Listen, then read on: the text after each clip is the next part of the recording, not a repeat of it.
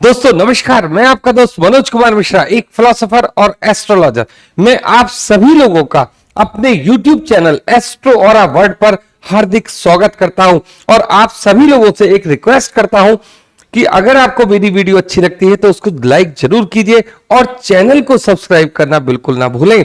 अब आज जो टॉपिक मैं आपके समक्ष लेकर उपस्थित हुआ हूं वो क्या है कि धनु लग्न वालों का जून का महीना गोचर के हिसाब से किस प्रकार से जाएगा, मतलब गोचर धनु लग्न वालों के लिए किस तरीके की भूमिका निभाने के लिए आया है। तो आप इस चीज को देखिए।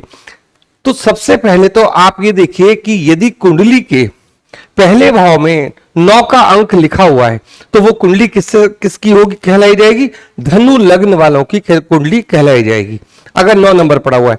और धनु लग्न वाले लोग होते कैसे हैं, अगर आपने मेरी ये वीडियो नहीं देखी है तो आई बटन पर क्लिक करके ये वीडियो अवश्य देखें कि जानिए धनु लग्न वाले लोग कैसे होते हैं। तो सबसे पहले जैसे कि मैं आपको हर वीडियो में बताता हूं कि जो ये ग्रह है किस प्रकार से हम लोग लिखते हैं, गोचर के अकॉर्डिंग लिखते हैं। और गोचर क्या होता है, जो ब्रह्मांड में इस समय जो ग्रह जिस राशि पर चल रहा होता है, हम जिस लग्न की प्रिडिक्शन की बात करते हैं उस राशि में वो ग्रह लिख दिए जाते हैं। तो अगर हम लोग देखते हैं पूरे महीने का सिस्टम तो 1 जून से लेकर 3 जून तक धनु लग्न वालों के लिए टाइम बढ़िया टाइम है। और 4, 16 और 17 ये 3 डेट इस पूरे महीने में, ये 3 डेटें कौन सी हैं, 4, 16 और 17 जून, ये थोड़ी स्ट्रेस की रहेंगी। और अगर आप टोटल पूरे महीने की बात करते हैं तो 5 तारीख से लेके 20 तक ये है हायर सेल्फ, मतलब देखिए लग्न धनु है, ये लोग कैसे होते हैं, आध्यात्मिक लोग होते हैं।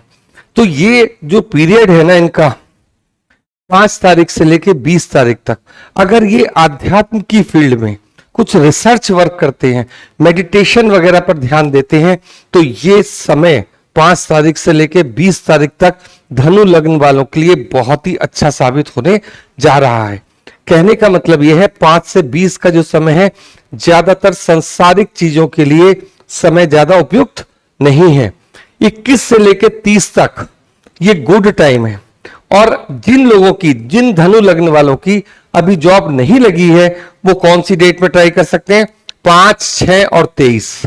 तो इस तरीके से ये डेट्स है। और डेट्स हम लोग किस हिसाब से लिखते हैं, जिस तरीके से चंद्रमा गति करता है। चंद्रमा हर भाव में 2.25 दिन रहता है और उसके हिसाब से पूरे 12 के 12 ग्रह 12 के 12 भाव में गोचर कर जाता है। तो इस प्रकार से हम लोग ये डेट्स लिख देते हैं। अब बात करते हैं धनु लग्न वालों की गोचर के बारे में, जो इनकी कुंडली इस समय कह रही है क्या है। देखिए धनु लग्न वालों के तीसरे भाव में शनिदेव हैं। तीसरे भाव का मतलब क्या होता है, पराक्रम भाव, अपने से छोटे बहन भाइयों का भाव और इलेक्ट्रॉनिक मीडिया का भाव। 5वें भाव में क्या है, राहु और गुरु हैं। छठा जो भाव है इस समय यहां पर क्या है, सूर्य और बुध। 8वें भाव में मंगल और शुक्र और लाभ भवन में क्या है, केतु। तो ये टोटल कुंडली इनकी सिस्टम में लगी हुई है। गोचर के हिसाब से हर व्यक्ति को अपने ही डेट ऑफ बर्थ में, जब उसका जन्म होता है, अगर वो धनु लग्न के हैं तो उस समय उनके ग्रह कहां पर थे उसके हिसाब से ही गोचर परिणाम देते हैं। इसलिए क्या कहने का मतलब है कि गोचर तो पूरा का पूरा सब लोगों के लिए सेम होता है, लेकिन हर व्यक्ति का रिजल्ट अलग अलग होता है। जैसे मैंने आपको ये लिखा कि स्पिरिचुअल टाइम है, स्पिरिचुअल टाइम में आप जो भी अच्छे से अच्छा अपने ऊपर वर्क करोगे, मेडिटेशन से संबंधित हो या जैसे आप गीता पढ़ते हैं, बहुत सारी बुक्स पढ़ते हैं, क्योंकि धनु लग्न वालों का मेन काम क्या होता है, स्टडी करते हैं और धर्म के विषयों में बहुत ज्यादा इंटरेस्टेड होते हैं। तो ये टोटल कुंडली आपसे इस समय क्या कह रही है, कहने का मतलब है जब शनि हमारे तीसरे भाव में आते हैं, बहुत दिनों बाद धनु लग्न वालों का अच्छा समय शुरू हुआ है। कारण क्या है, तीसरे भाव में शनि। तीसरे भाव में शनि क्या कहते हैं कि आप जितना भी काम कर सकते हो वो करो। और किस टाइप का काम करने को वो शनि बोल रहे हैं, 3rd हाउस का। अगर आप मीडिया से जुड़े हुए, इलेक्ट्रॉनिक मीडिया से जुड़े हो, मान लो वीडियो बनाते हो, आप लेखन का कार्य करते हो, आप कुछ इस तरीके की जैसे बहुत सारी चीजें इलेक्ट्रॉनिक मीडिया पर होती हैं, अगर आपकी एक्टिविटी इससे जुड़ी हुई है तो शनि यहां आपके भाग्य को खोलने के लिए, क्योंकि इनकी दृष्टि सेवित कहां जा रही है, भाग्य भवन पर, तो यहां पर आपके भाग्य को खोलने का कार्य कौन करे, शनिदेव महाराज करें। तो इस समय धनु लग्न वालों को देखिए समय ऊपर नीचे होता रहता है, कभी हमारा थोड़ा ज्यादा अच्छा समय होता है, थोड़ा कम अच्छा समय होता है। जैसे जून का महीना है, थोड़ा सा स्ट्रेस भी लेकर आ रहा है, लेकिन इन सब चीजों से ऊपर उठने का टाइम कौन सा है, जून का महीना ही है। इसलिए आप अपनी मेहनत में लगे रहिए, परिणाम थोड़ा कम या ज्यादा हो सकते हैं, लेकिन मिलेगा बहुत बहुत फर्स्ट क्लास मिलेगा, आप उसकी बिल्कुल टेंशन ना दीजिए। फिफ्थ हाउस, पांचवा भवन में किसको कहता हूं, पांचवा भाव हमारे संतान से रिलेटेड होता है। और किस चीज से होता है, लव एंड रोमांस के उससे होता है। आप सोच रहे होंगे इसमें कोई भी डेट आपने लव एंड रोमांस की नहीं दी। हाँ जी, नहीं दी, क्योंकि उसका रीजन है शुक्र इस बार आपका 8th हाउस में आया हुआ है, तो इसलिए वो वाली पीरियड इस महीने में कहीं नहीं देख रहा। तो जब अभी बात कर रहा हूं मैं आपसे 5वें भवन की, तो ये हमारी बुद्धिमत्ता का भी होता है। इस समय जो आपको जिस तरीके से स्ट्रेस मिलेगी वो किस टाइप की होगी, बहुत से ऐसे लोग आपको मिलेंगे जो कुछ ना कुछ आपको धोखा देंगे। तो इस तरीके का समय ये बना हुआ है, इसीलिए मैंने आपसे ये बोला कि 5 से लेकर 20 तक आप लोग क्या करें, आध्यात्म में जाइए, खुद को समझिए, और जो भी चीज सामने से आपको दिखाई दे रही है एक बार उसे चेक जरूर कीजिए कि भाई ये जो बंदा मेरे सामने खड़ा है ये मेरे से सही कह रहा है या मेरे को धोखा दे रहा है। तो ये वो समय है जब आपको धोखा मिलने के चांसेस बढ़ जाते हैं। तो ये समय इसीलिए हम लोग किस चीज में उपयोग करते हैं, अपने अध्ययन अध्यापन में यूज करते हैं। दूसरी बात मैं आपसे करूंगा इनके छठे भाव की।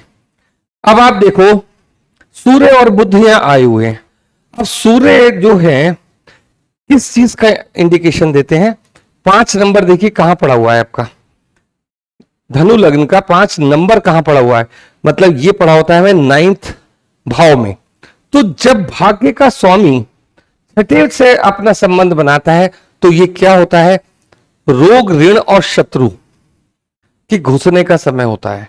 तो इस तरीके से आपको ये चीज समझनी है कि जो भाग्य का स्वामी है हमारा यहां पर है, तो ये जो समय है आपको अच्छे से वॉच करना है। यही कह रहा हूं, रोग ऋण और शत्रु, जो शत्रु पक्ष है आपके ऊपर हावी होने की कोशिश करेगा लेकिन होगा नहीं, क्योंकि रीजन क्या है, क्योंकि वह सूर्य देव बैठे हुए हैं।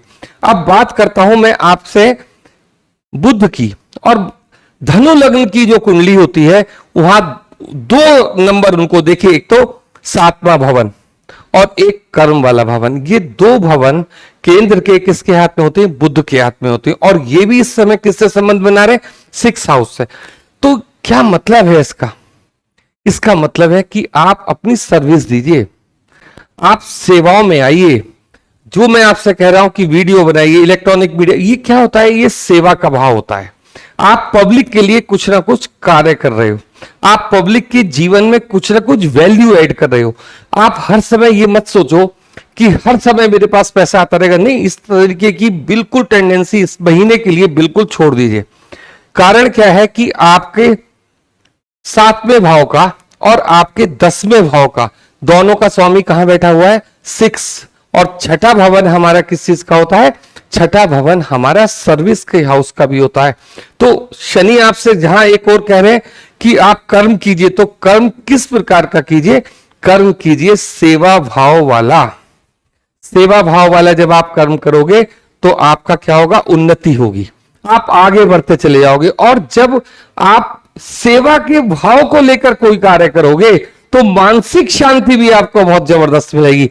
और धनु लग्न वाले तो वैसे भी मानसिक शांति को सबसे ज्यादा वैल्यू देते हैं।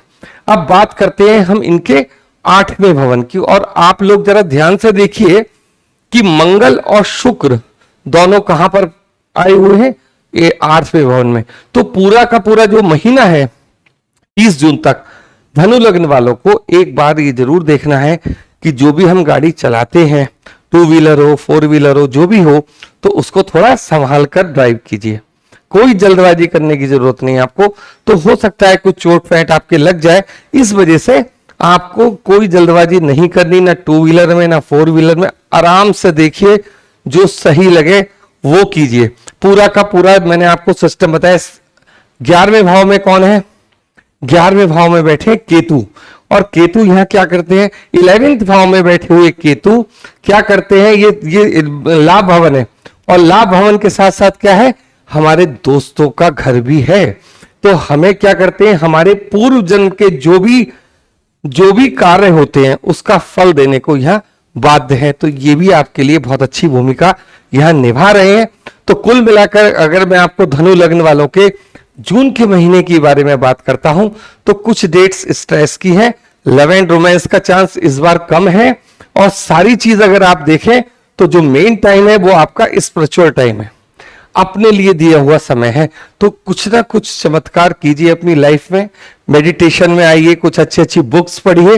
तो ये सारा का सारा सिस्टम बना हुआ है आपका जून महीने। तो छोटा सा प्रयास है मेरा आपको आपके महीने के बारे में बताने का, और हर व्यक्ति का समय अपने अनुसार होता है, इसलिए जो भी वो कर्म करे अपने सारी चीजों को ध्यान में रखते हुए करे कि कौन सा टाइम मेरे लिए पॉजिटिव है, कौन सा नेगेटिव है।